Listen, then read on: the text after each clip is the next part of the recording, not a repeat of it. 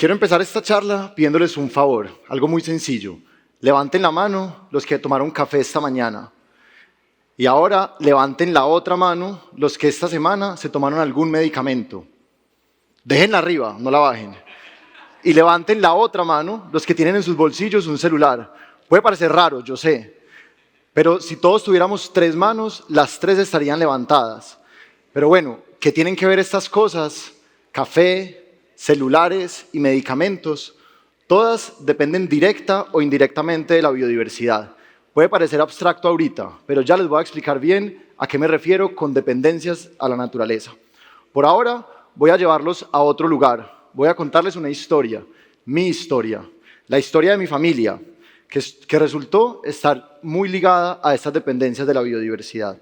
Esta historia es la historia de la finca El Globo, ou como vocês falam em português, da Fazenda O Globo. Comienza en los años 60 con mi abuelo, un ganadero de las montañas antioqueñas, de las montañas de Colombia, que logró establecer un proyecto ganadero que implicó la deforestación de gran parte del territorio. Lo que pasó después fue que hasta en los años 90 funcionó muy bien el proyecto, pero en los años 90 llegó un grupo armado a la región y mi familia, como muchas familias en Colombia, tuvo que abandonar el territorio durante 25 años. Yo nunca conocí este lugar, pero sí crecí escuchando historias de mi familia, la tierra fría, como le decían mis abuelas y mis tías. Hasta en el 2018, donde voy por primera vez a este lugar y me doy cuenta que el globo queda en los Andes tropicales, uno de los ecosistemas más importantes del mundo, pero también uno de los más amenazados. Súper importante para la regulación climática, para los cultivos, para la estabilidad de las aguas y el agua potable. El paso siguiente me pareció muy lógico, conservarlo. Además pensé que sería muy fácil. Nadie había vuelto allá en décadas. Entonces hablé con mi familia y les dije, eso es muy importante, lo tenemos que conservar. Y ahí apareció el primer dilema, conservar o generar recursos de la forma tradicional, porque la respuesta de ellos fue clara, la conservación no da plata, además es imposible mantenerla en el tiempo, que no era solo el problema de mi familia, sino el problema del mundo entero, la brecha de conservación de la naturaleza. Según el Paulson Institute, necesitamos más de 700 millones de dólares al año para conservar la naturaleza y para cumplir las metas de conservación a 2030.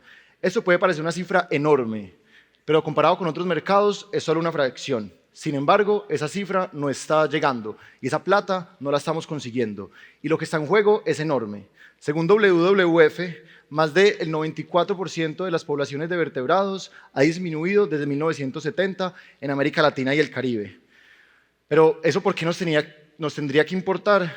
Las economías dependen 100% de la biodiversidad. Las empresas necesitan agua, necesitan aire limpio, necesitan regulación climática, necesitan alimento. Y sí, también necesitan polinizadores. Volvamos un ratico a la taza de café que nos tomamos esta mañana. ¿Qué pasaría si no existen los polinizadores que gratuitamente hacen posible ese cultivo? El café sería mucho más caro, como está pasando ahorita en Brasil, claramente. Pero más allá de eso, las cadenas de valor se verían afectadas, exportaciones, comercio y empleos. Brasil y Colombia, nuestros países, curiosamente, dependen del café. Y el café depende de la biodiversidad, depende del agua, depende de los suelos vivos. Lo mismo ocurre con otros mercados, que son mercados muy importantes para nuestras economías. La moda, la agroindustria, el turismo, incluso el sector financiero. Todos esos sectores mueven millones de dólares al año y emplean a millones de personas. Y aunque muy pocas veces incluyen la biodiversidad dentro de sus estrategias de negocio, todos dependen de la biodiversidad. Y esto todo lo hemos dado por hecho. La conservación de la biodiversidad la han hecho otras personas y hemos pensado que siempre van a estar ahí. Esa tarea ha recaído principalmente en gobiernos y en ONGs, pero sobre todo ha recaído en las comunidades. Y en este momento tenemos todos que asumir esa responsabilidad, empresas, gobiernos e individuos. Pero bueno, ¿cómo revertimos todo esto? Necesitamos soluciones reales, soluciones de conservación que permitan generar permanencia en el tiempo. Necesitamos instrumentos que nos permitan invertir en biodiversidad con resultados medibles y trazables. Hasta ahora, lo más común han sido inversiones dispersas en el tiempo, de corto plazo, que no generan permanencia en el tiempo. Esto era lo que nos enfrentábamos en el globo, en la finca de mi familia. Conservar, pero ¿cómo lo hacíamos financieramente sostenible en el tiempo, ahí fue donde conocí a Terrazos y los bancos de hábitat. Y me vinculé para comprobar una tesis. Es posible conservar con modelos financieros sólidos, generando permanencia en el tiempo. Así pasamos da Facenda u Globo al Banco de Hábitat del Globo, el primer proyecto de unidades de biodiversidad en América Latina. Un banco de hábitat es entonces un proyecto de conservación y de restauración que permite agrupar inversiones en la biodiversidad de diferentes fuentes, con garantías técnicas, financieras y jurídicas para mantener y gestionar esas áreas en el largo plazo, por 30 años. Lo más importante es que funcionan bajo el mecanismo de pago por resultados, es decir, que los recursos solamente se entregan cuando generamos resultados de conservación, restauración y manejo del territorio. Esto permite generar confianza y trazabilidad en los mercados y permite insertar la biodiversidad dentro de las estrategias de negocio, permite insertar la biodiversidad dentro de las estrategias de mercado. En Terrazos llevamos haciendo esto por más de por más de 10 años. Terrazos nace en Colombia para solucionar un problema de financiamiento global, la brecha financiera de la conservación. Y por eso diseñamos instrumentos financieros trazables, medibles y con impacto global. Buscamos posicionar la biodiversidad como lo que realmente es, la infraestructura esencial para la vida. Desde el 2017 hemos estructurado 14 bancos de hábitat en el país, conservado y restaurado más de 6.000 hectáreas y generado y canalizado más de 20 millones de dólares a la conservación y restauración de la biodiversidad y al fortalecimiento de comunidades por 30 años. Hoy lideramos el mercado de créditos de biodiversidad y de unidades de biodiversidad en América Latina. Estamos escalando, estamos buscando llevar este modelo a otros países. Por eso, aquí en Brasil, por ejemplo, estamos estructurando el primer proyecto de unidades de biodiversidad en el estado de Pará, en plena Amazonía. Una de nuestras soluciones, entonces, son los TEUs, unidades de biodiversidad que aseguran la conservación y restauración de 10 metros cuadrados por 30 años. Un TEU es, entonces, una inversión en el futuro. Pero bueno, más allá de esto, más allá de nuestros resultados en campo, lo que proponemos es un cambio de perspectiva. Ver la biodiversidad como lo que realmente es, no como un lujo ni como una causa ambiental, sino como la infraestructura ecológica que sostiene la vida, que nos soporta como economías. Y eso nos lleva a una pregunta clave. ¿Por qué no financiamos la naturaleza de la misma manera como financiamos las carreteras, las autopistas, los puentes y las plantas de tratamiento de agua? Cuando pensamos en este tipo de infraestructura, nadie cuestiona que deban ser planificadas, que deban ser financiadas y mantenidas. Además, nadie cuestiona los millones de dólares que mueven estas industrias. Pero ahora, ¿qué pasa con la infraestructura que nos da agua, regenera los suelos, sostiene el clima y sostiene nuestros cultivos?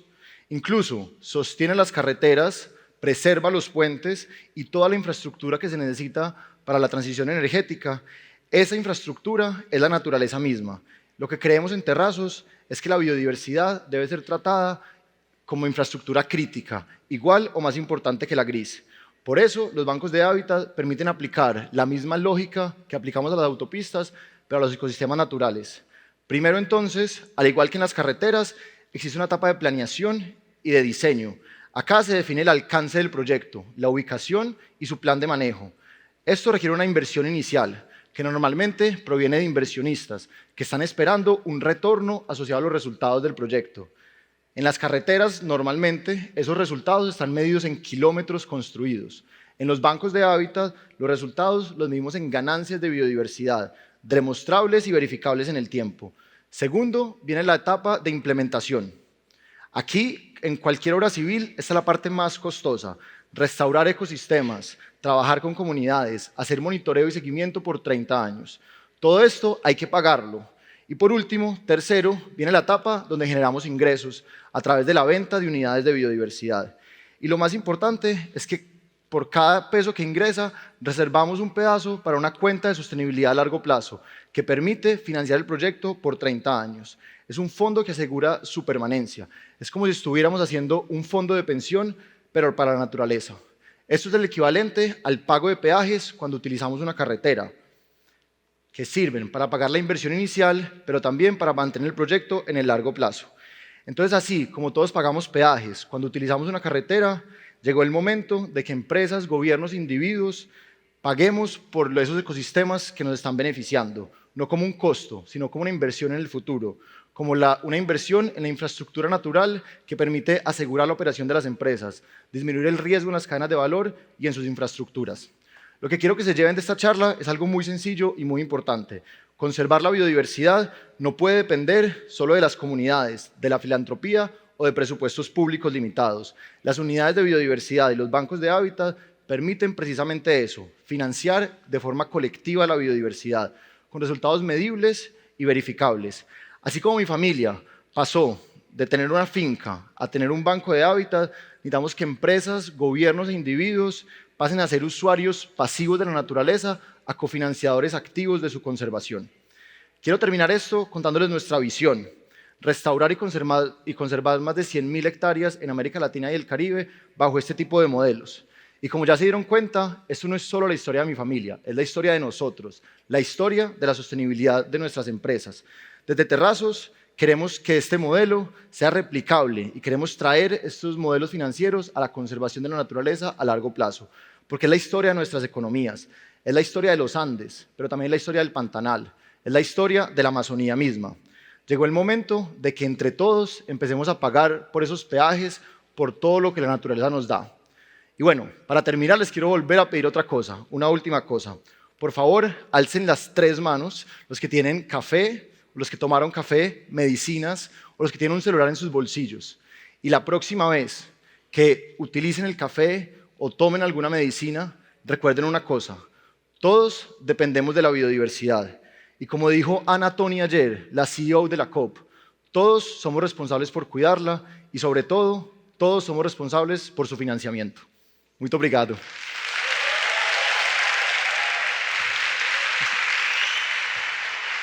Sí.